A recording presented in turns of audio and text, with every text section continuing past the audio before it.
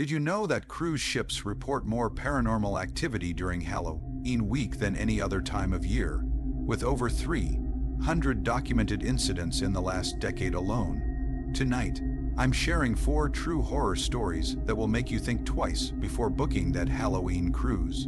Before we begin, tell me in the comments where you're watching from and what time it is right now.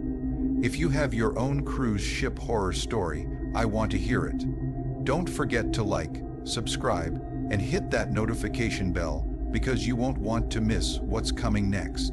I thought he was just really committed to his costume until I saw the blood was real. October 2019 was supposed to be the perfect girls' trip. Me and 3 of my closest friends from college had been planning this Halloween cruise for 8 months. We booked the Royal Caribbean Harmony of the Seas, a 7-night trip through the Caribbean with a stop in Cozumel. The ship was enormous, holding over 6,000 passengers, and the cruise line had fully embraced the Halloween theme. Fake cobwebs stretched across the atriums, staff dressed as skeletons worked around the pools and carved jack-o'-lanterns lined nearly every hallway. As a marketing consultant, I couldn't help but admire how much effort they put into the atmosphere. They didn't just decorate, they transformed the ship. We were staying in connecting cabins on deck 9, starboard side, with a beautiful view of the ocean. The first 2 days were exactly what we'd hoped for. We lounged by the pool, went to welcome parties, and spent hours planning our costumes for the big Halloween contest on the final night. The prize was a free cruise for 2, and we were determined to win. My friend Naomi had brought a full kit of makeup supplies, and we stayed up late researching unique costume ideas. On the 3rd night, we decided to take photos in the corridor outside our cabins. The lighting there was perfect, with vintage-style wall lamps that cast a warm golden glow. The mirrors and old-fashioned wallpaper made the hallway look like something out of an old horror film. We practiced poses, laughing and joking while snapping photos on our phones. I was using my iPhone 11, and the camera quality was incredible. We must have taken at least 50 pictures that night, completely caught up in the moment. Back in the cabin, as we scrolled through the photos, Naomi suddenly stopped. In one picture, where all 4 of us were grouped together, there was someone else in the background. At the far end of the hallway stood a man wearing what looked like a Victorian plague doctor costume. He had the long-beaked mask, a wide-brimmed hat, and a dark coat that looked heavy and old. The costume was extremely detailed, almost too realistic. We didn't remember anyone else being there. The hallway had been empty, which was why we chose it. Yet there he was, standing perfectly still about 20 feet behind us. Naomi zoomed in, and the details made my skin crawl. You could see the cracked leather of the mask and the way the coat hung stiffly from his shoulders. There were dark stains on the front of his outfit, concentrated around the chest. We convinced ourselves he must have walked by while we were distracted. Halloween cruises were crowded, and people wore costumes all the time. It seemed like a reasonable explanation, so we laughed it off and went to dinner. The next night, we went back to the same hallway for more photos. We wanted to perfect everything for the contest. This time, we paid close attention to our surroundings, making sure no one else was around. The hallway stayed empty the entire time. We took another 40 or 50 photos over about half an hour. Back in the cabin, Promise was scrolling through her phone when she suddenly went quiet. Her face turned pale. Without saying a word, she showed us her screen. The plague doctor was there again, but this time he was closer. In the first few photos, he was barely visible, but as we swiped through them, he moved closer in each image. In the last photo, he was less than 10 feet away.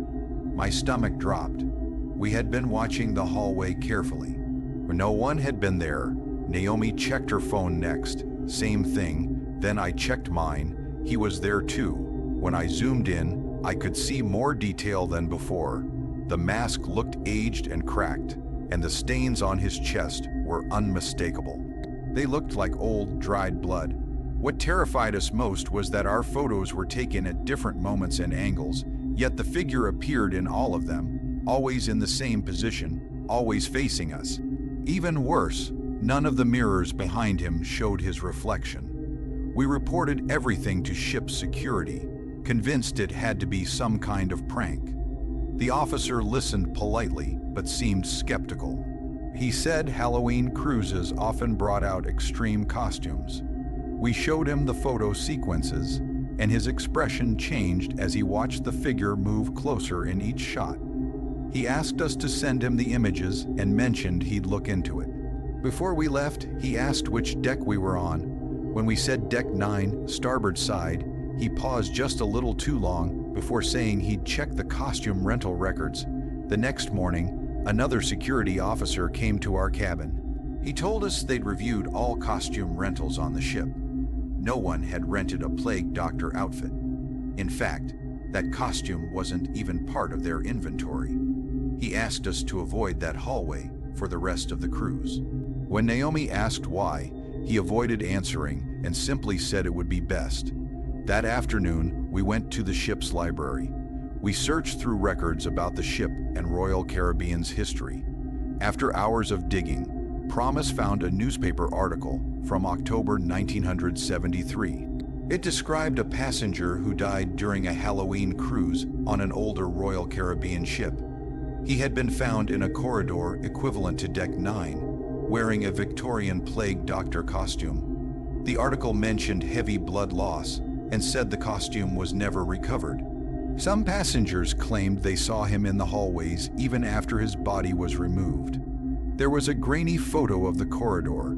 The wallpaper, mirrors, and lamps were identical to ours. We avoided that hallway after that, but on Halloween night, the costume contest filled the main theater. Hundreds of passengers packed the room. When the vintage costume category was announced, about 20 people stood on stage. That's when I saw him again, standing perfectly still at the end of the line. No one reacted. The host skipped over him as if he wasn't there. Then his head turned toward us. He stepped off the stage and walked through the crowd. People didn't move for him. He moved as if they weren't real. He came straight toward our row and stopped in front of me. The air turned freezing. When he touched my cheek, it felt like ice. I screamed. Others screamed too. This time, people could see him. Then he vanished. I had a red hand-shaped mark on my face, ice, cold to the touch. Later, the ship's historian confirmed everything. The body from 1973 had disappeared. She said reports like ours happened every few years, always during Halloween. I haven't been the same since. I deleted every photo except one. Sometimes I still look at it late at night, and I swear something is looking back at me. Every night, our cabin was different, and the crew kept insisting we were remembering it wrong.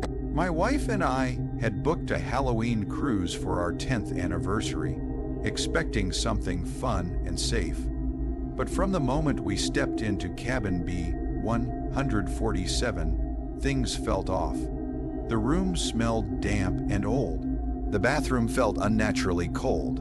The next morning, the furniture had moved. The door swung the wrong way. Each night, the room changed again. We started recording videos to prove we weren't imagining it. By the fourth night, even the wallpaper was different. Our towels were labeled with a different cabin number. One night, the room turned freezing. The walls seemed to stretch.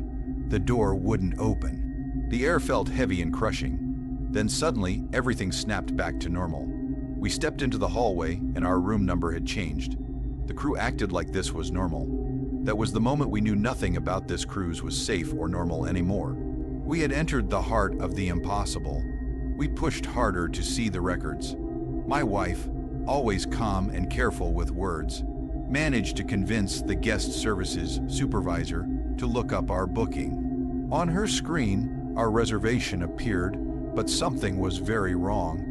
It showed 3 different cabin numbers, one for each night, none of them permanently assigned.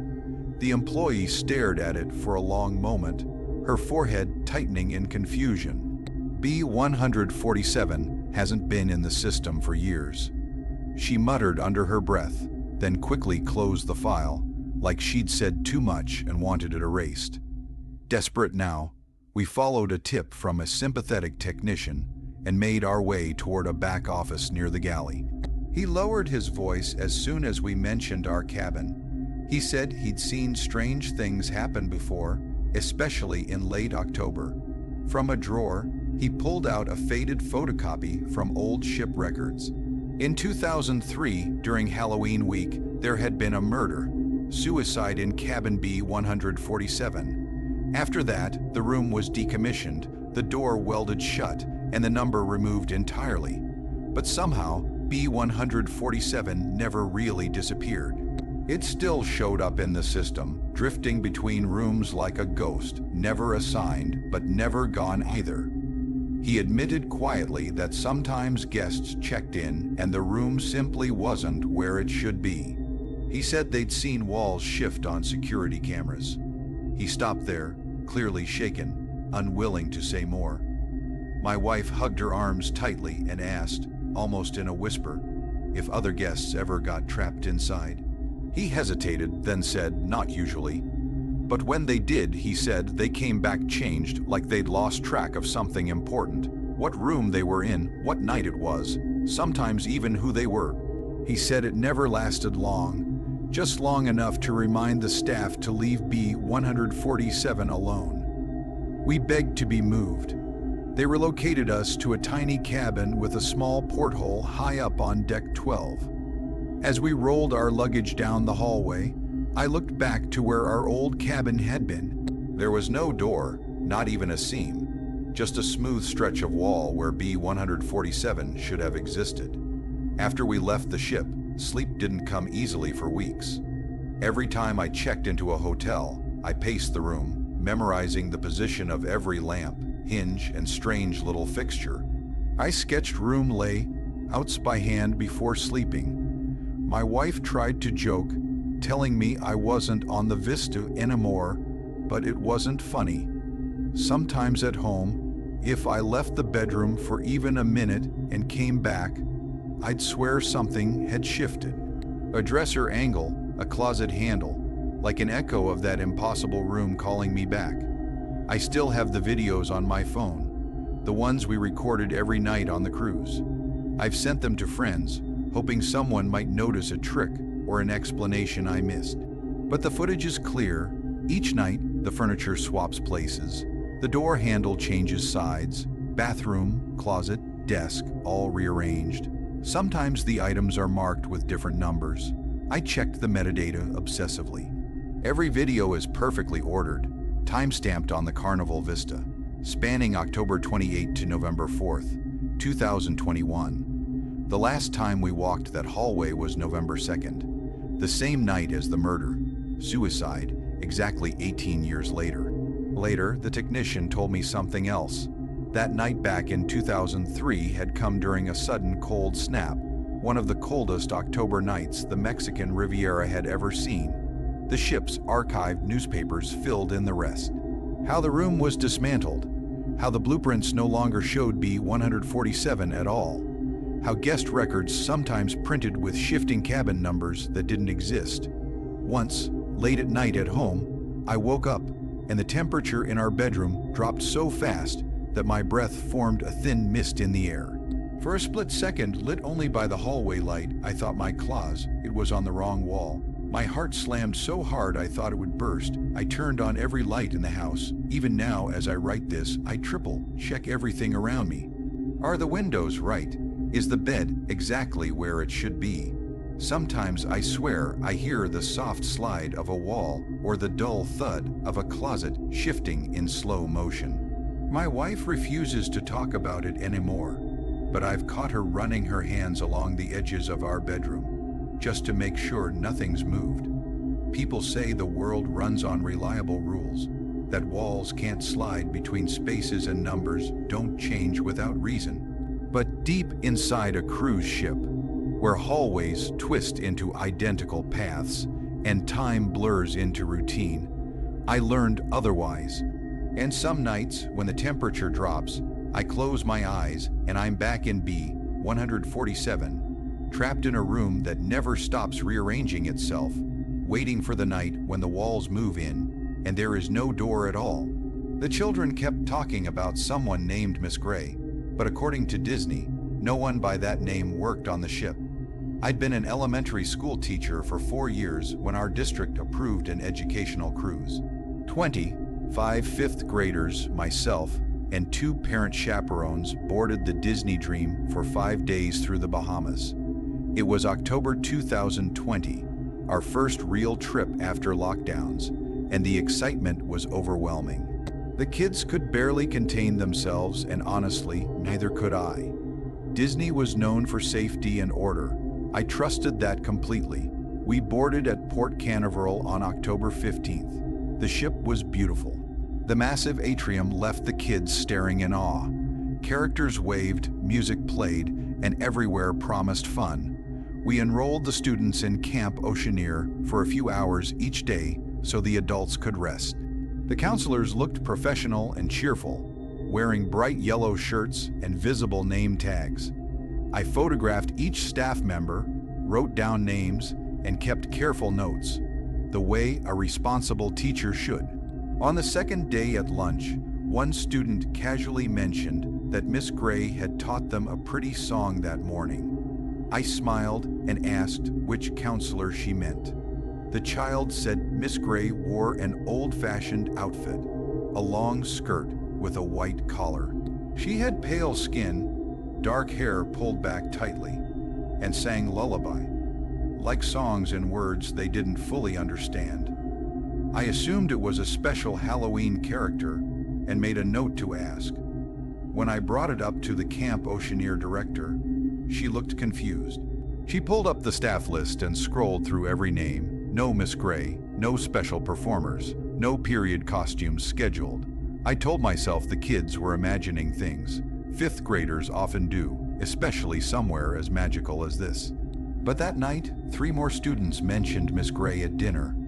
They all described her the same way. One boy said she taught them breathing exercises for swimming, showing them how to stay underwater longer. A cold knot formed in my stomach. I returned to the kids' club and asked to speak to the senior counselor. She calmly reviewed the day's schedule. Music time, crafts, a scavenger hunt. No breathing exercises. No historical outfits. She even showed me the security footage. I watched my students sitting in a circle during music time. Several of them were clearly focused on an empty space, nodding, mouthing words, following along as if someone stood there leading them. But there was nothing there, just bare floor. The counselor rewound it, watching again. She said they were probably playing pretend, but her voice wasn't convincing anymore. By October 17th, 12 of my 20 students talked about Miss Gray. They spoke dreamily, like she was someone special. The songs made them feel light and calm. One girl told me Miss Gray said water wasn't something to fear, that breathing underwater was easy once you learned how, that the ocean was calling them home. That's when I panicked. I pulled my students out of the kids program entirely, but it was already too late. The children became obsessed with the sea. During our Nassau stop on the 18th, I had to physically stop 2 students from stepping off the pier. They weren't laughing or playing. They were calm, humming softly, walking straight toward the water. That night, I barely slept. I stayed in the hallway between their cabins, checking every hour. At 1:47 a.m., I heard singing, soft and distant, drifting from the upper decks. I followed it, my heart racing, and found 3 of my students barefoot in their pajamas, walking toward the railing on deck 11. Their eyes were half closed. Their voices joined together in words I didn't recognize, words that made my skin crawl. The melody was haunting, ancient sounding, like something pulled from the bottom of the ocean. The children walked in perfect sync, their arms hanging loosely at their sides, moving straight toward a section of railing that sat lower than the rest, easy for small bodies to climb. I screamed their names and ran. I grabbed the nearest child by the shoulders and shook him hard. His eyes were glassy empty, like he wasn't really there. The other 2 were already climbing onto the lower bar. I yanked them back with strength I didn't know I had, all of us crashing onto the deck together. They kept singing, kept chanting, even as I pinned them down. The words were steady and hypnotic. Gray Lady calls us, Gray water holds us. Gray morning finds us breathing below. Security arrived within minutes, drawn by my screams. Slowly, the children snapped out of it. They looked confused, asking why they were outside in their pajamas, why I was crying and holding them so tightly. They remembered nothing. Not walking up there, not the song, not climbing the railing. But when I asked if they remembered Miss Gray, all three smiled softly and said she was very nice.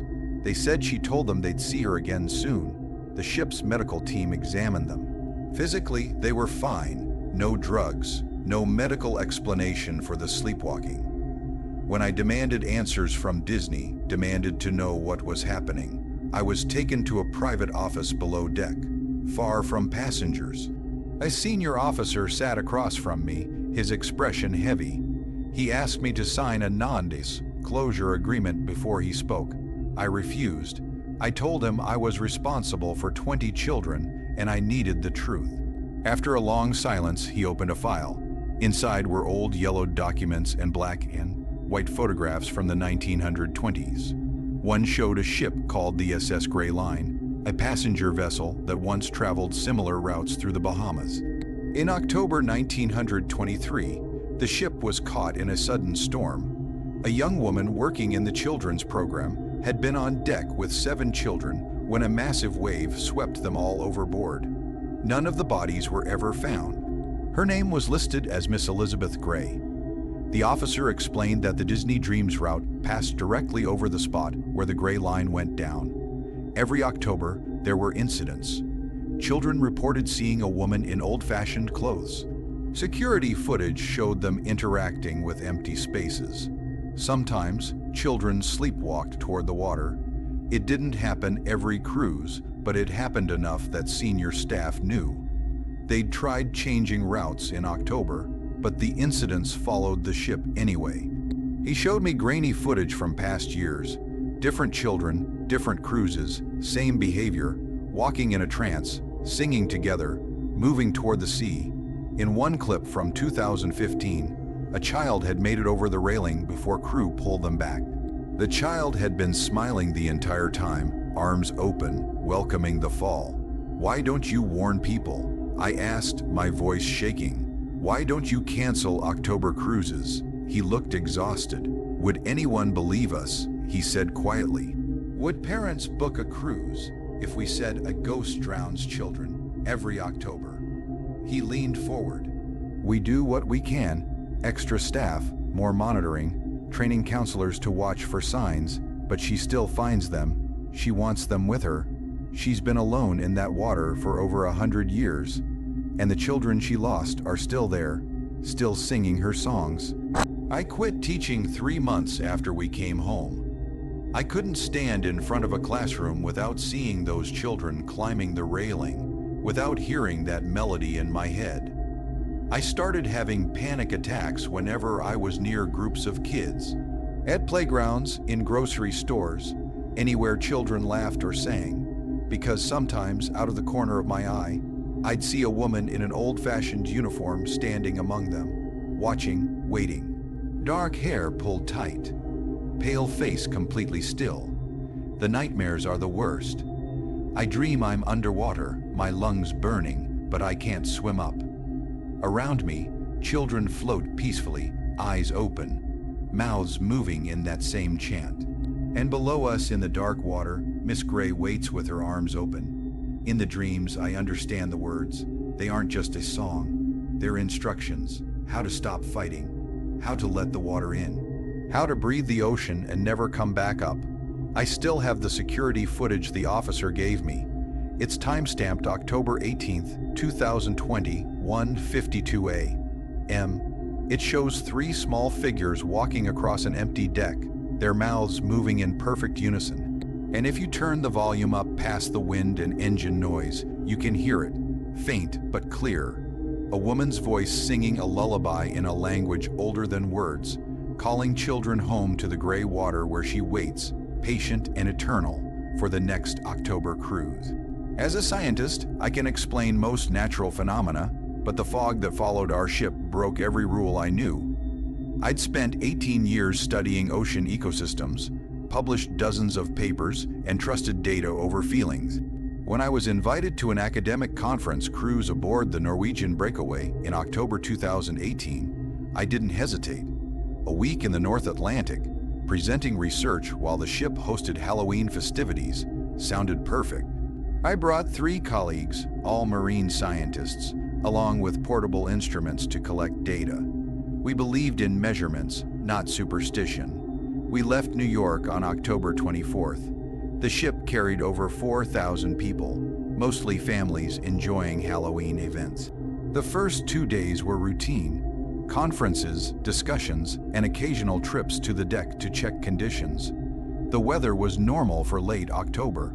Cool, gray, moderate waves. Nothing strange showed up on our instruments or the ship's systems.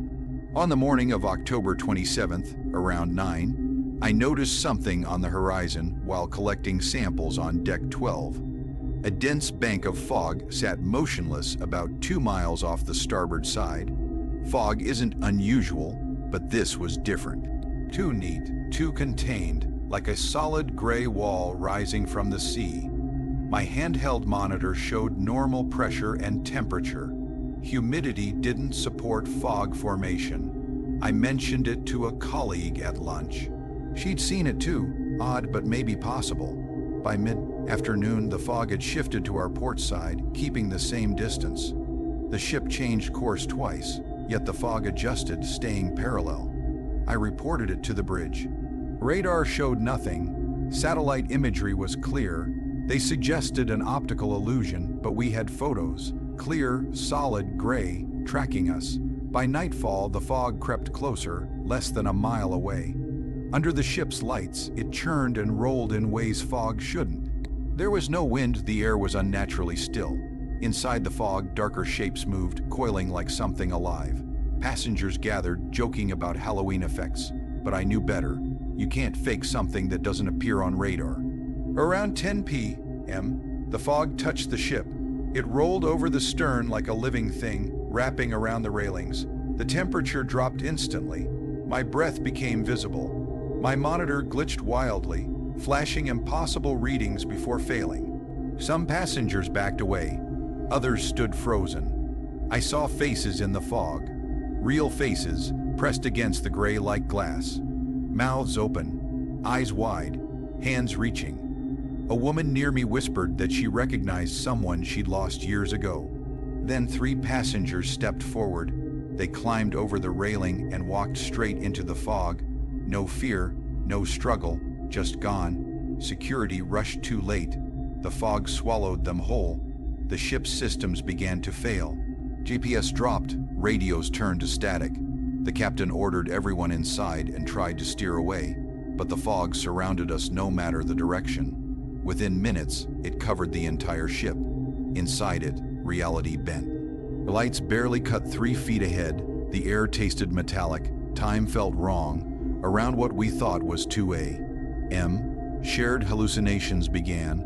Waterlogged figures walked the corridors, dripping seawater, leaving footprints that vanished. Voices called from empty rooms. Screams echoed from below deck. I saw dozens of people in old clothes, soaked, burned, crushed, wandering through walls. The ship turned on its own, pulled toward unseen coordinates.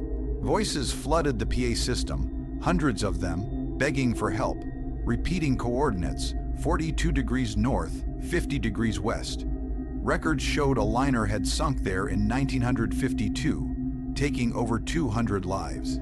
The captain tried to steer into a storm to escape. Alarms blared, then suddenly the fog thinned. It was 6:14 a.m. The sun rose and the fog vanished.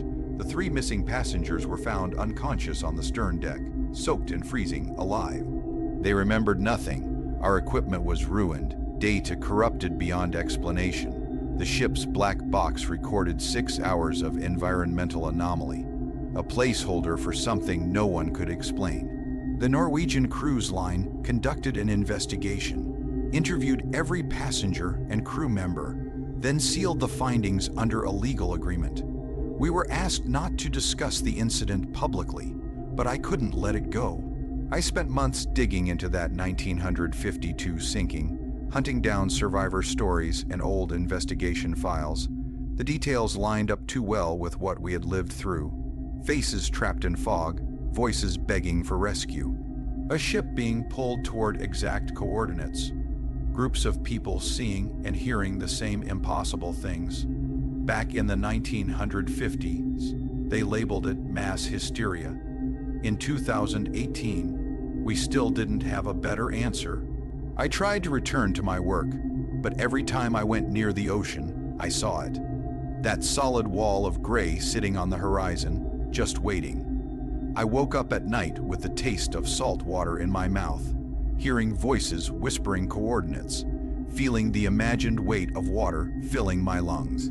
My colleagues weren't spared either. One abandoned marine biology completely.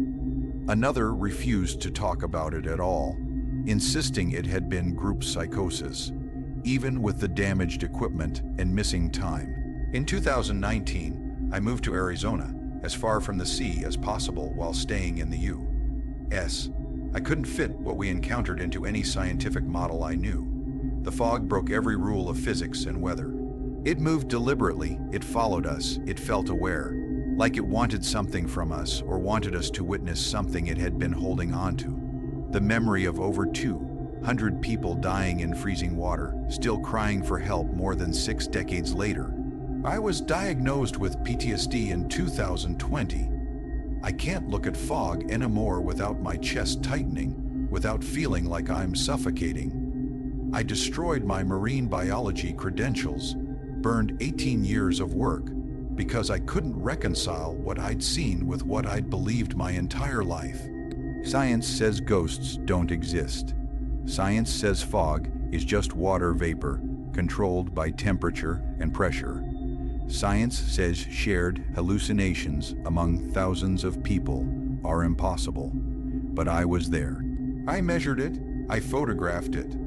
I watched it surround a ship full of people and replay the final moments of souls who never made it home. And sometimes, late at night in my desert house, I still hear them. Those voices calling out coordinates, begging someone to find them in the cold Atlantic darkness, promising they're still there, still waiting, still drowning in October fog that never lifts.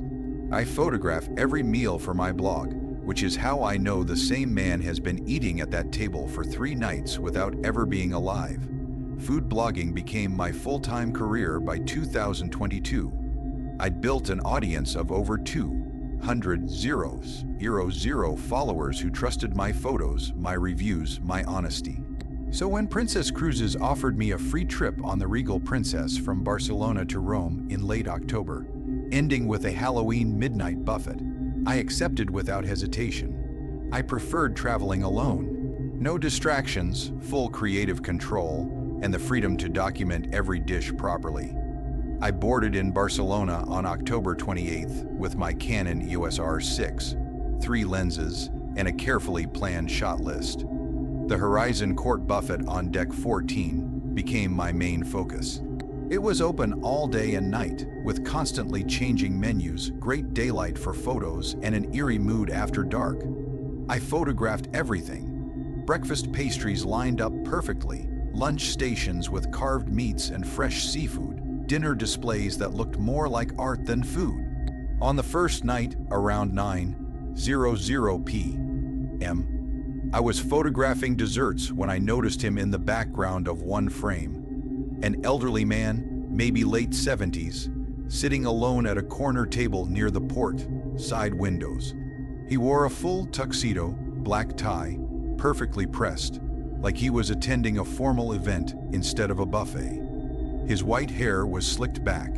He sat upright, hands folded neatly, a plate of food in front of him that hadn't been touched. I didn't think much of it. Cruise ships attract all kinds of people, and some guests dress formally out of habit. That night in my cabin, while editing and uploading, I noticed he appeared in 6 different photos. Always the same table, same posture, same untouched plate.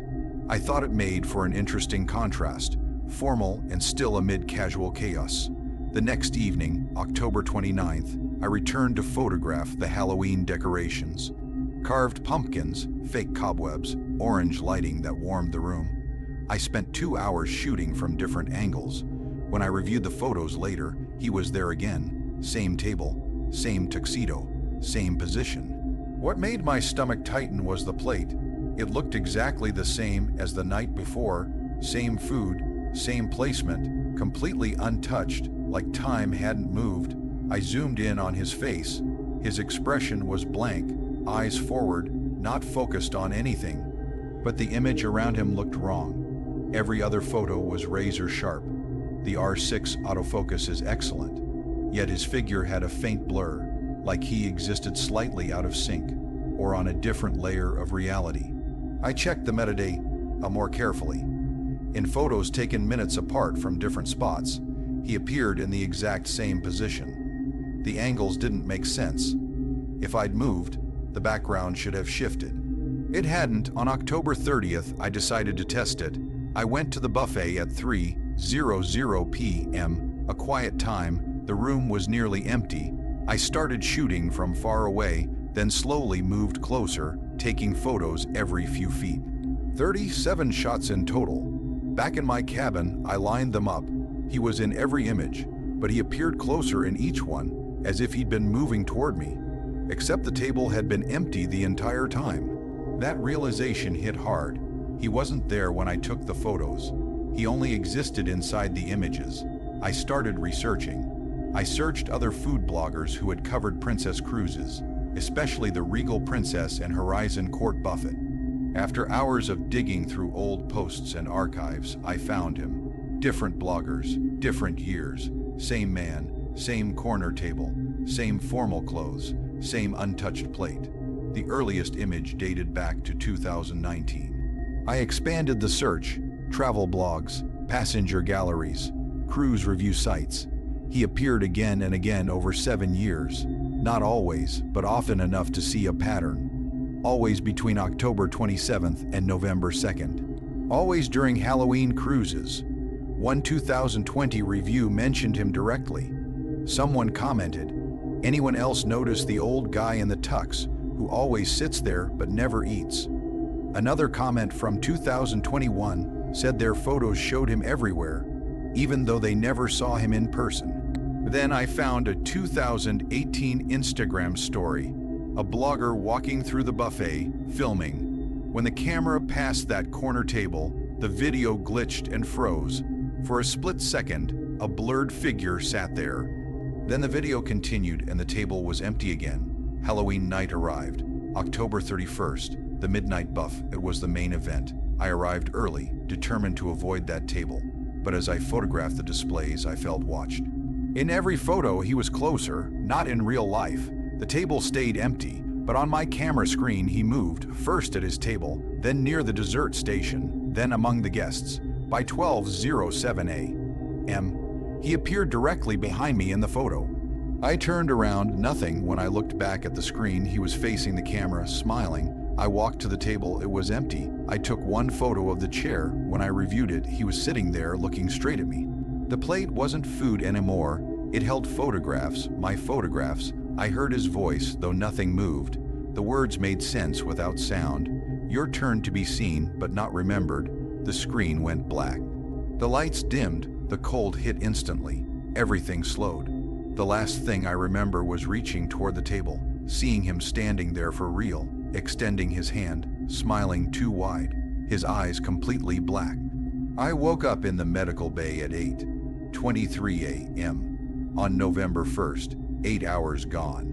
The ship's doctor said a steward found me unconscious on deck 14, slumped against the buffet railing. They'd run tests, blood work, CT scan, everything normal except my core body temperature, which had been dangerously low when they'd found me.